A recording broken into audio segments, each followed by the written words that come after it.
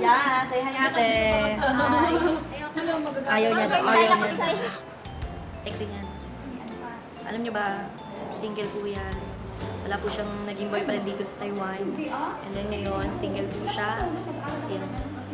So, kung sino man po sa inyo ang naghahanap ng forever, available po siya. Ayan. Okay, hinahanapan lang kita ng pang forever. Say hi ate Matets! Hi! Ano yung vlog mo? Bili, promote. Yan, sa lahat ng subscriber ko, pa-subscribe po si Ella Memes. Ayan, lalagay ko na lang po dyan sa screen. Tatakpan natin ang kanyang mukha. Yan. Yan. Tapos ito naman po, wanted po sa kanya, boyfriend. Oo nga, naghanap lang ng jowa. Yan. Napakasipag po nito. Swerte po kayo dito. 36 hours nagkatrabaho. Dami po itong ipon. Kahit sa bahay ka na lang po, mapapangasawa niya. Hi, sexy. Woo! Laki eh. Tara na, Eva.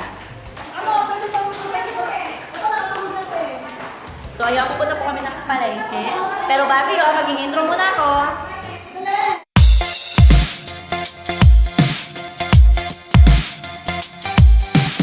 Welcome back to my channel. So, bago ko umpisa ng video na to, ako nga po pala si Tiwai at pupunta po kami sa palengke.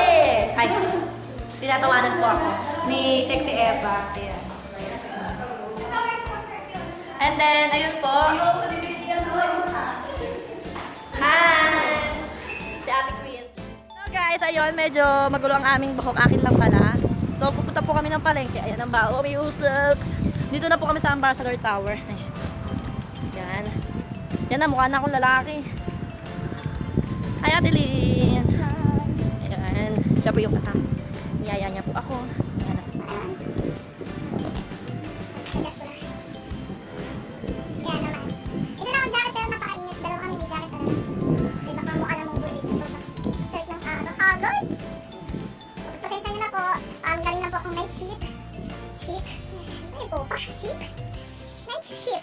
Night shift. Ikaw ba? Night shift. Night shift. Tama na? Shift by night ka na nga lang. Ayan.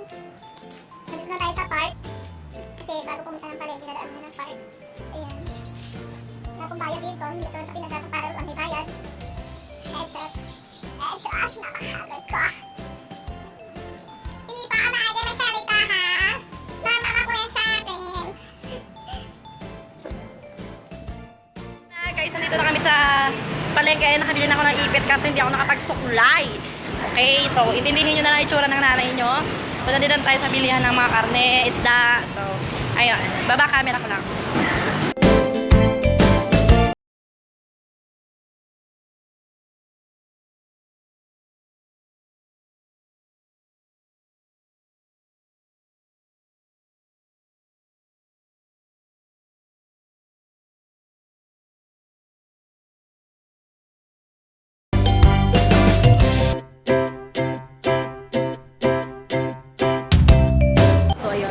Sa bilihan ng karne, ayan.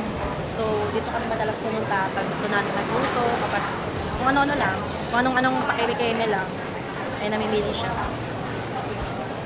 Ayan po sa kanya.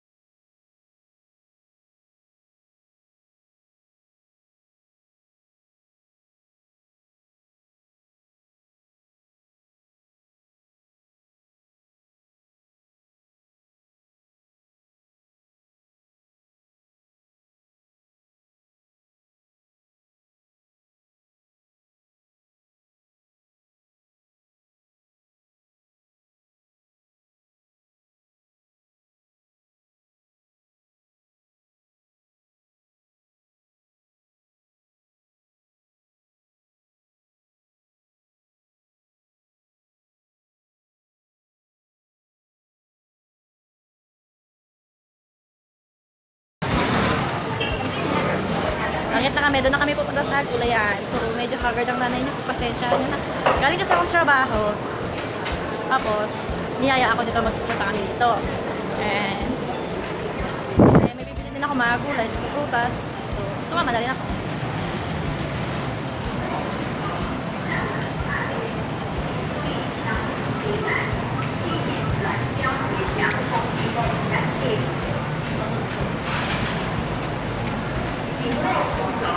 Upside down, thank you very much. Hi, chicks. Mukha tayong adik sa ilaw. Wala.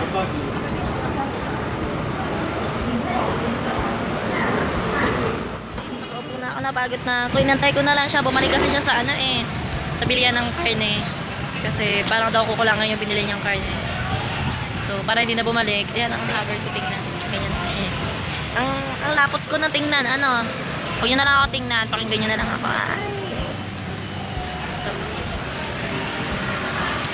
So ayun, medyo haggard na talaga. Haggardness. Kaya naman, wala na tayong magagawa. So, napakainit na dito. Hindi na tulad ng nakaraang araw. Sobrang lamig.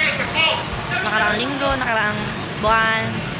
So, yan, makikipagpaligsahan na naman kami kay Manong araw. Kay Ginoong araw, so makikipagpaligsahan na naman kami. Hindi na muna siguro ako maglalabas ng dorm. Waiting pa rin ako sa nabili ng karne. So, ayun.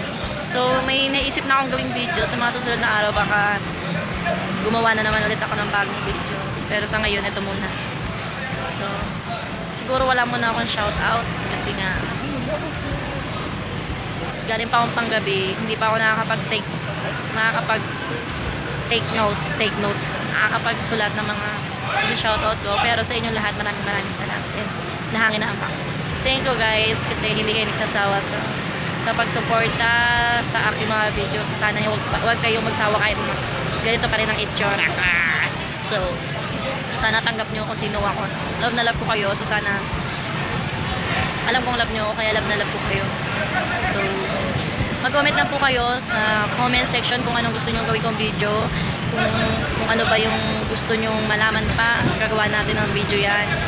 Kumbaga yung ano ba, isang tanong mo, isang buong video, mamimili ako kung anong tanong, tapos gagawa na natin yan. May special mention pa kasi, diba? So, yun.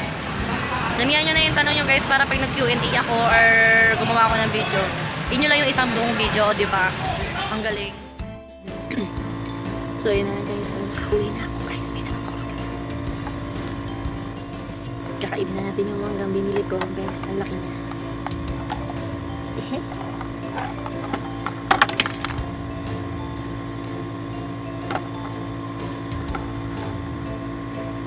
Busin natin ito.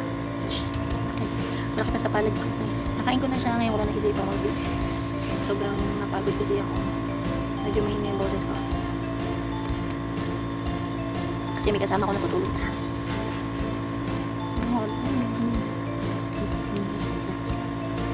So, yun. Habang kinakain ko to, papakita ko sa inyo yung mga binili ko. Ano yun sa palengke? Masyadong malaki. Nabili ko siya ng 62 M. Sobrang laki na. Pwede na itong bang mamaya.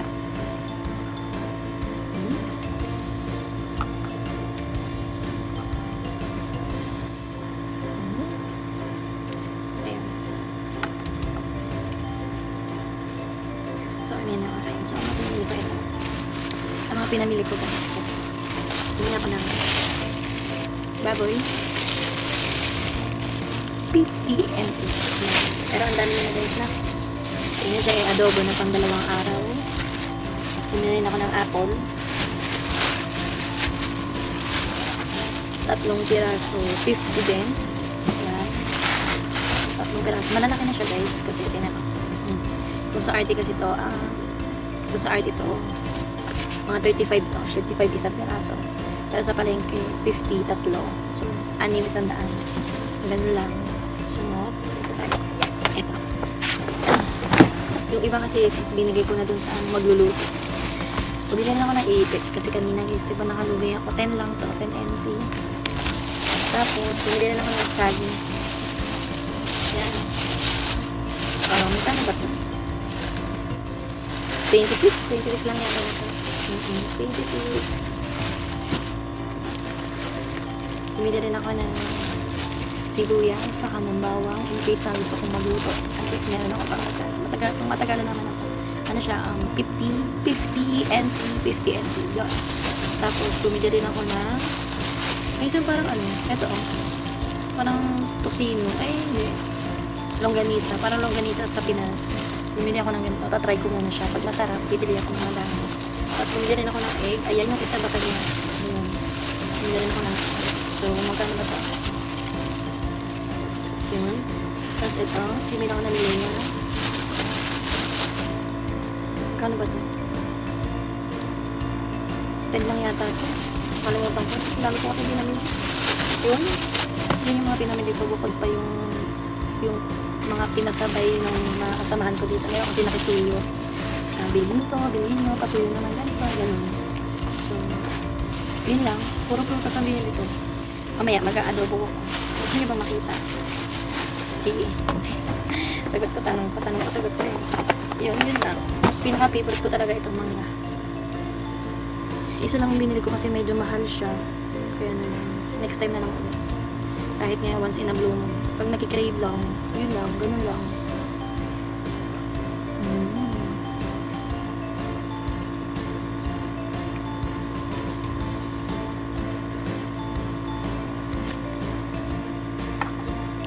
Sige, mamaya na ulit.